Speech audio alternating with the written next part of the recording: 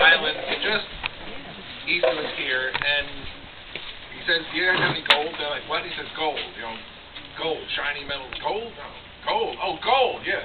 Next island. Next island." And he sends them to this island, and right off the coast of Cap Haitian, the Santa Maria, you know, Nina Pitt and Santa Maria, sinks. And the Arawak Indians who live here, the Tainea Indians, who are there's Arawak and Carib Indians in these islands, paddle out there and save the Spaniards and save some of the cannon. And Columbus says, "Okay, this is going to be it," and sells 49 people here, and one of them is his brother-in-law, and he sails back and tells Ferdinand and Isabel, "We got some great opportunities over there in the New World," and he returns the next year, and all 49 people are dead. So they come back with a lot more people, and they begin to subdue the population and make them try and dig for gold, sit. Make them try and sit for gold, or dig for gold. Sit for gold. Yeah. And that causes such hardship on the people that they begin to die. Plus they're exposed to diseases they haven't seen before. So by 1508, they're almost entirely wiped out. And some people were able to survive. Some of the native Indian people were able to survive going up into the hills. And if there's anybody Haitian here who can straighten me out on any of this, please do. But this is Mike carrying a little understanding of the history of Haiti.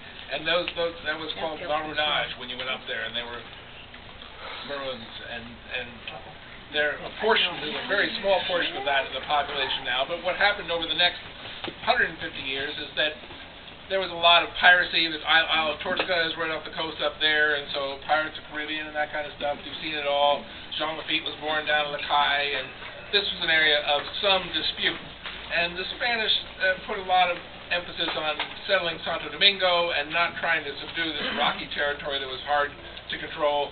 And eventually, to shorten it, in 1697, they gave this half of the island to the French.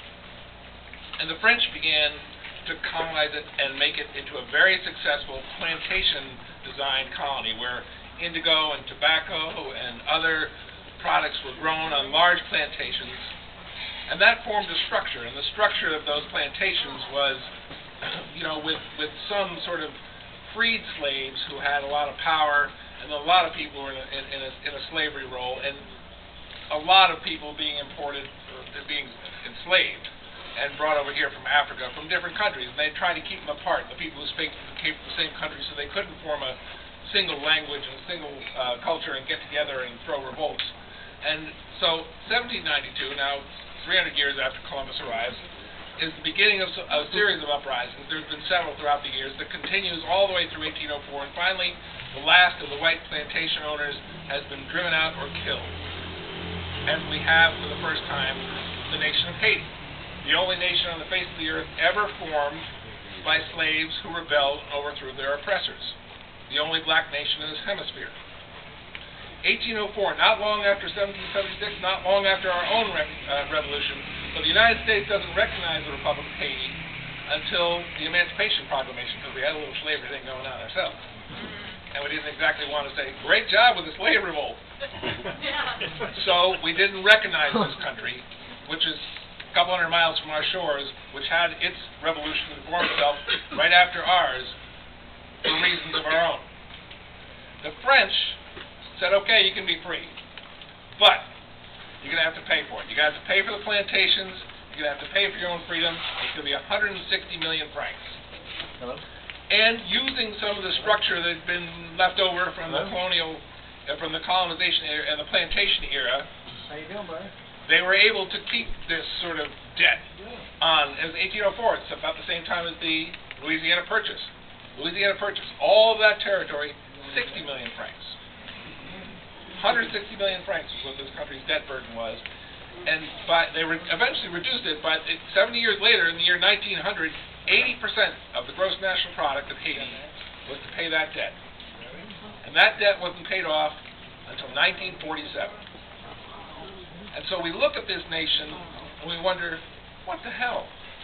You look at that citadel and you think, what the hell was that guy thinking? He must have been a crazy man.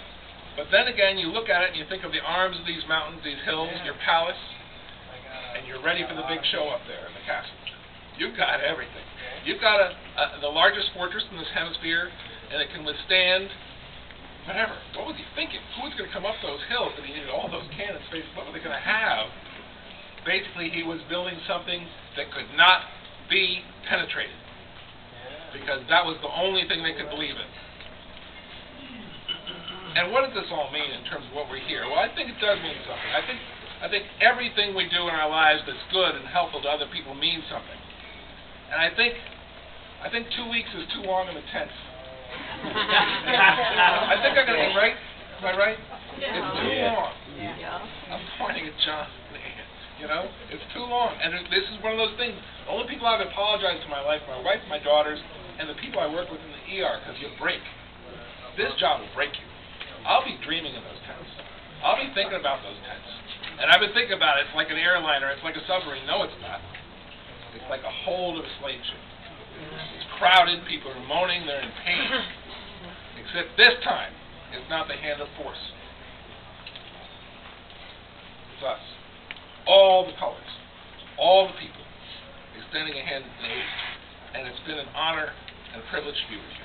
Thank you.